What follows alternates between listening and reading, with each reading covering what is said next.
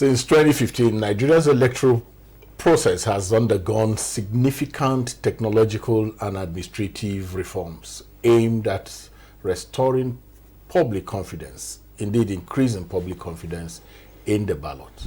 The introduction of the smart card reader was a landmark moment, followed by further innovations such as the continuous voter registration CVR portal and the bimodal accreditation system BVAS and the INEC result viewing portal IReV, all of which played central role in the 2023 general elections.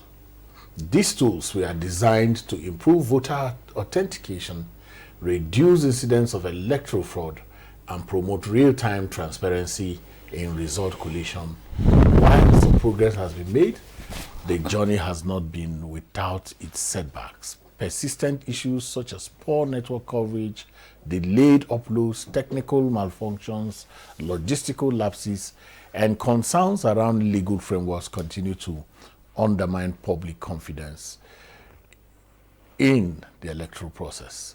For many Nigerians, the big question remains, how far have we come?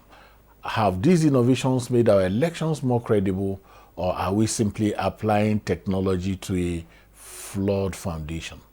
What more needs to be done to make electoral reforms truly transformative? On this episode of Electoral Reform Half Hour, we take a closer look at the progress made so far, the gaps that remain, and ask what next for Nigeria's electoral future. I am Ezenwa Wago. Welcome to Electoral Reform Hour, Half Hour on NTA News 24 Abuja. This program is brought to you by the Peering Advocacy and Advancement Center in Africa, PAACA, with support from MacArthur Foundation. James Ugochukwu is currently the Regional General Secretary, West Africa Civil Society Forum, WACSOF. He was one of the conveners of the Nigerian Civil Society Situation Room for 2 years and was indeed the representative of the North Central Zone in the same Situation Room for 4 years. James has participated as a formidable stakeholder in general elections in Nigeria since 2010 and several off-cycle governorship elections across the country. He is an election expert and good governance advocate. Welcome to the program, James. Good evening. Thanks for having me in the program.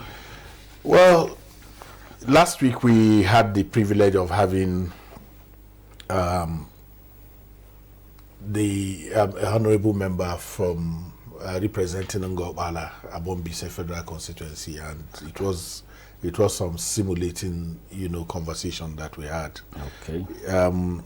So I'll just go straight to cut the chase right now. So since 2015, INEC has introduced tools, smart card reader, and BVAS and IReV portal. Are there verifiable performance metrics or data that show that these innovations have improved voter authentication and election results integrity? And the reason I'm asking you this is that you have a background in technology, and I'm sure a lot of people don't know that. So can you take a dive into this area and explain to us whether there is that clear, metrics with which we can measure what has happened? Yeah, actually, if you look at it, after the 2011 election, when we are using the other paper voters card, the idea of PVC, permanent voters card, came into play.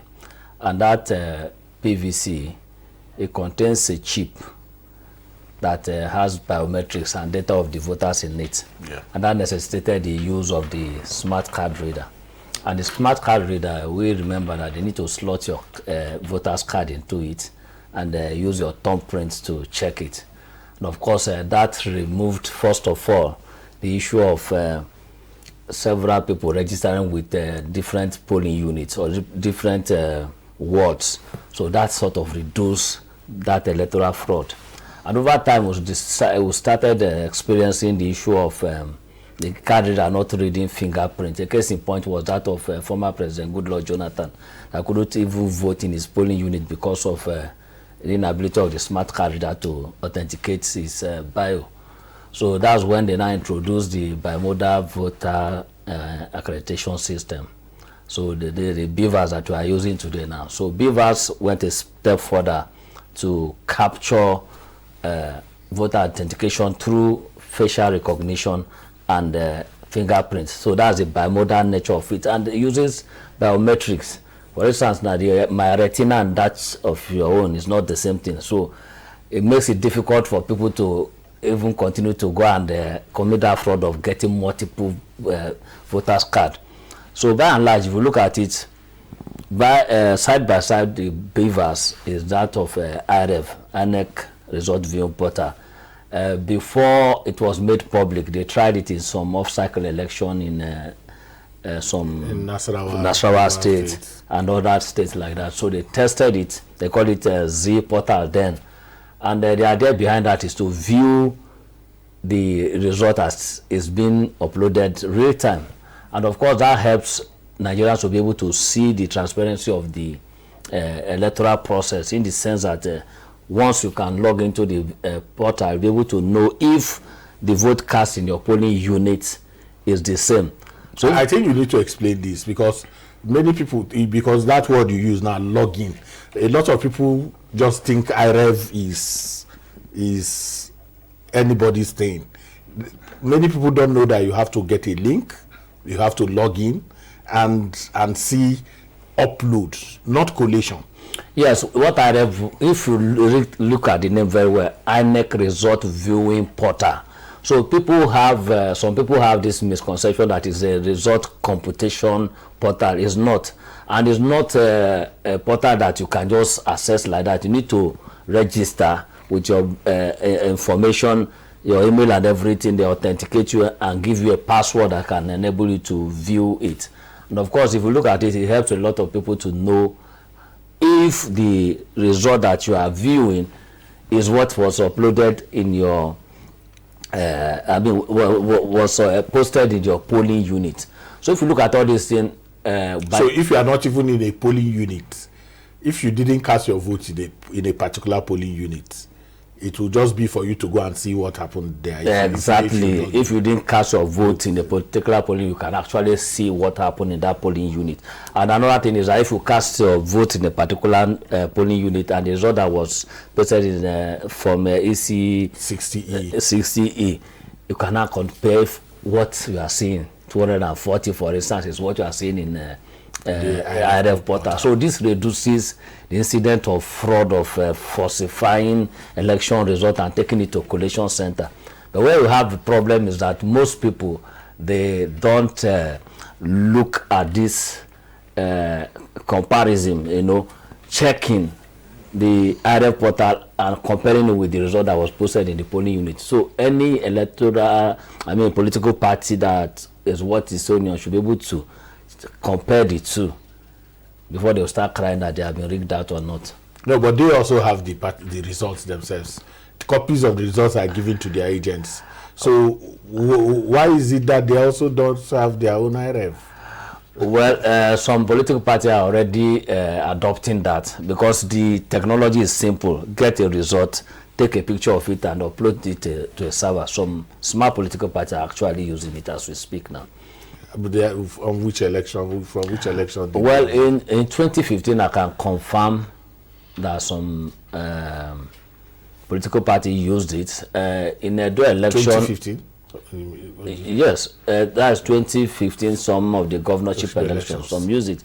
Then the election, the one preceding this one that happened, some political party uses as well. Okay, so 2022 electoral ad gave legal backing, to all of this. But has there been sufficient? Do you think the legal framework has given a lot of support to some of these innovations that you are talking about? Yes, the legal backing to the technology is that it gives a carte blanche to INEC that you can use electronic means to carry out the election management. So that gives an INEC because before then there was this debate in the National Assembly if IReV should be used, if results should be transmitted electronically or not. Uploaded. But after so much pressure on them and all that, they okayed that it should be uploaded. Somebody like Senator Ndume was saying that there is no network in some places and all that.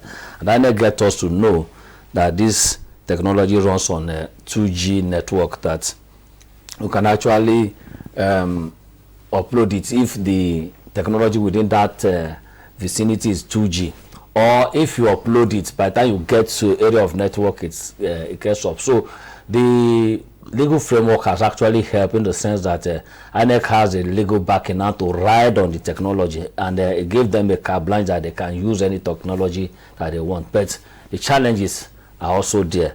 Challenges in the sense that, yes, to a large extent, we still suffer infrastructural challenges. There are still some hard to reach area that we don't have network. And of course, talking about security, security of the system, how secure is it that at the end of the day we will not be having issue that somebody has intruded into the technology that is being used. And of course, talking about stress and load testing, because if INEC tests this technology in an off-cycle election, for instance, the scenario is not going to be the same for the server if you are using it for general election, because there will be more load, there will be more stress on the server than it will be if it's an off-cycle election for governorship election, or maybe one. How much do you think cyber attacks were threats to, even trust in the electoral process in 2023? INEC was putting out figures about how many times there were attempts to hack their systems, and that was frightening. Do you think it affected confidence and trust in the process? Yes, anytime you are using technology, especially a public service technology like this, you are definitely going to be some kind of threat and attack on the system, because election is an interest-based exercise. There are a lot of people that want to get that vote for themselves. There are some people that just want to undermine the process so that they can have reason to blame INEC, and there are some people that just want to do it for fun. There are some hackers that just want to use that one to test their hacking skill. And of course, that is something that INEC told us, that they took their time to do some foolproof testing in terms of trying to check the cyber security threat on the system and all that. And of course, definitely during 2023 election, when we experienced that glitches, it sort of threw up that trust in the system, in the sense that we saw a situation where the polling unit official were able to upload National Assembly election result, but they couldn't upload that of the presidency. And of course, that the presidential election of 2023 was keenly contested. So different biases came up that the glitches were deliberate. Some say it was hackers, and INEC said they faced technological glitches and all that. So that refers to the stress test I was talking about earlier. Did INEC subject that IReV portal for a more stress test before going public with it for a general election? Because what they did before the election was they went randomly to test it in some different polling units, which is not enough compared to when different polling units across the 774 local government are trying to upload the result at the same time. Just like if you have a high volume of vehicle passing through a one-lane road compared to when you have 5 lane. So that's what I can say happened during that. So our voter register in 2015 was hovering around 68 million, and by 2023 we hit 93 million, prospective voters. Yeah. So my concern would be, how much do you think that our technology, our biometric system, have kept pace with, integrity in this whole, with this expansion? What does it mean for us? Like I said earlier, with technology now, by the time they capture your biometrics, it's difficult for you to go to another polling unit to go and register for election. That's one. Then secondly, this technology made it very easy for more people to come out and get registered for election, because capturing fingerprints and the other biometrics with BVAS is much faster than the card reader that is being used before. And again, you can see right on the back that the 2023 election, there are a lot of interest, a lot of expectation from Nigerians, and a lot of them troop out to actually vote. And of course, you know, after the registration exercise and all that, INEC carry out what we call the duplication of voter register. So in case there's a mistake or somehow, the technology will be able to purge out people that still found their way to duplicate their name in several polling units and all that. So at the end of the day, the integrity increases in the sense that once you get to the polling unit, if you are not registered, you cannot vote. If you are using plastic card that looks like a voter's card, you'll be rejected there, and we saw such several instances. We go on break now, and the Electoral Reform Half Hour continues shortly. Stay with us.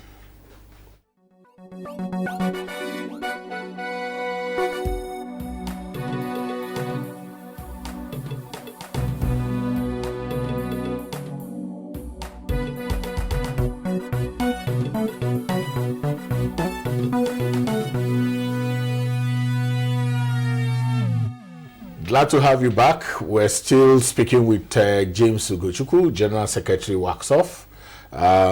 We left it off on the voter register conversation, and you were making a point. I don't know if you landed on that point. Yes, so I'm just trying to land on the point that in terms of voter register now, we have more authentic voter register than what we used to have before. Of course, we know that before any election, INEC used to paste the voter register for claims and rejection.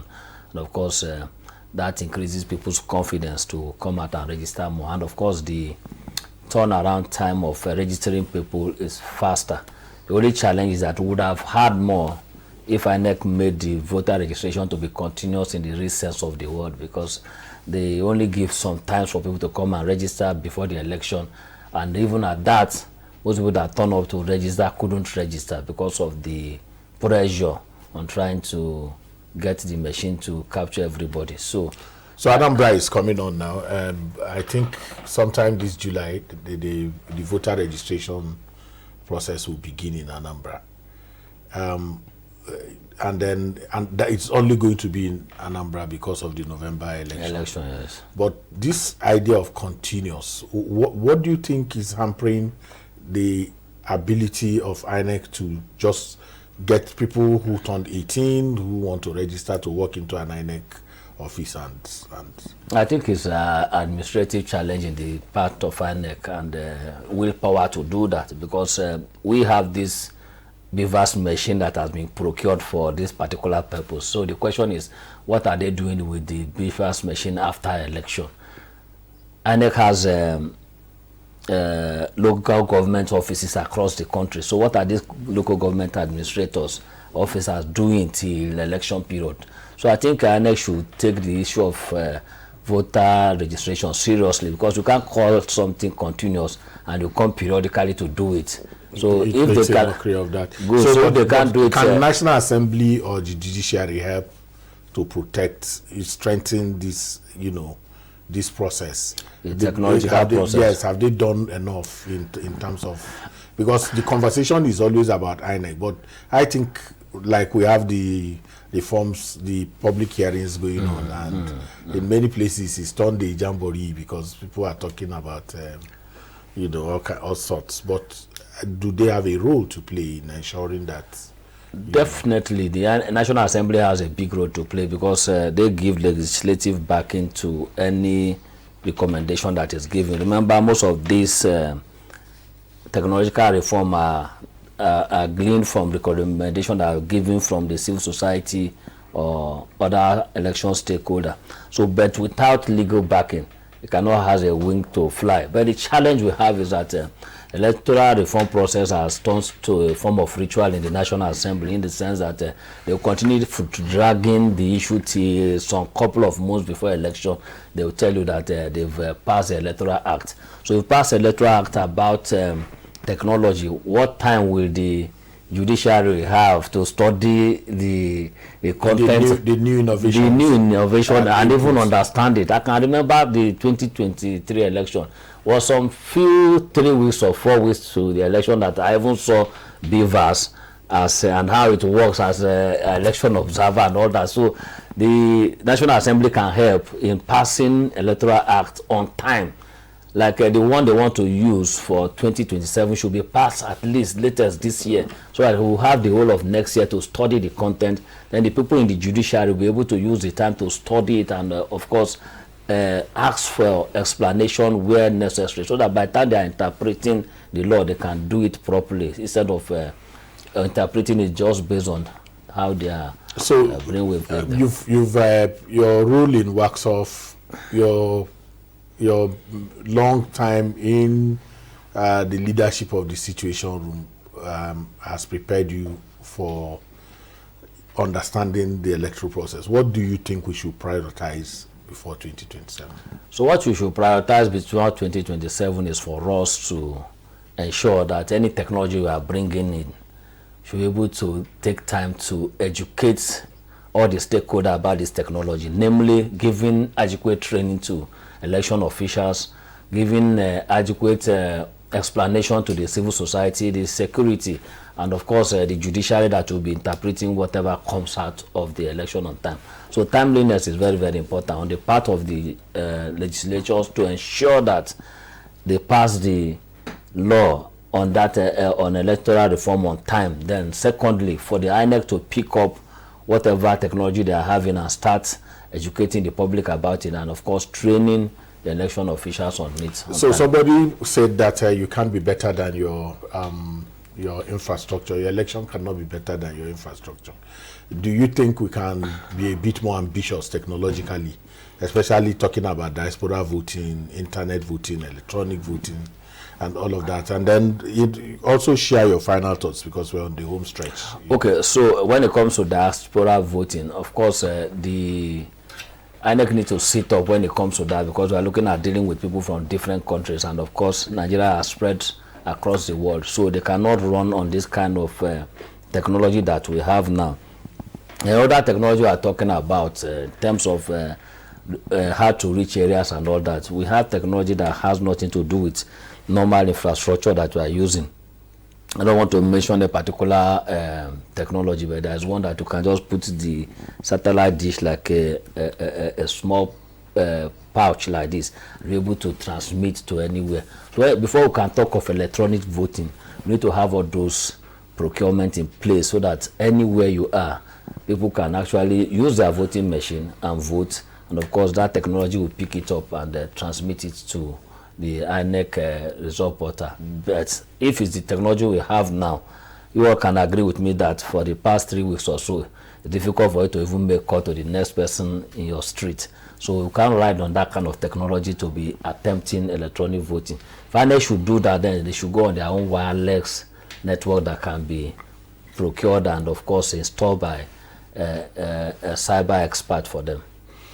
This is where we draw the curtain on this episode of Electoral Reform Half Hour, and we wish to especially thank James Ugochukwu, General Secretary WACSOF, for your time and contributions on the program. It was a pleasure having you. Thank you so very much. Great. And Electoral Reform Half Hour is brought to you by the Peering Advocacy and Advancement Center in Africa, with sponsorship from MacArthur Foundation. We're live every Saturday from 8:30 p.m. to 9 p.m. and on Sunday 2:30 p.m. on same station. You can contact us on our social media handles showing on your TV screen. Thank you for watching. I am Ezenwawagu.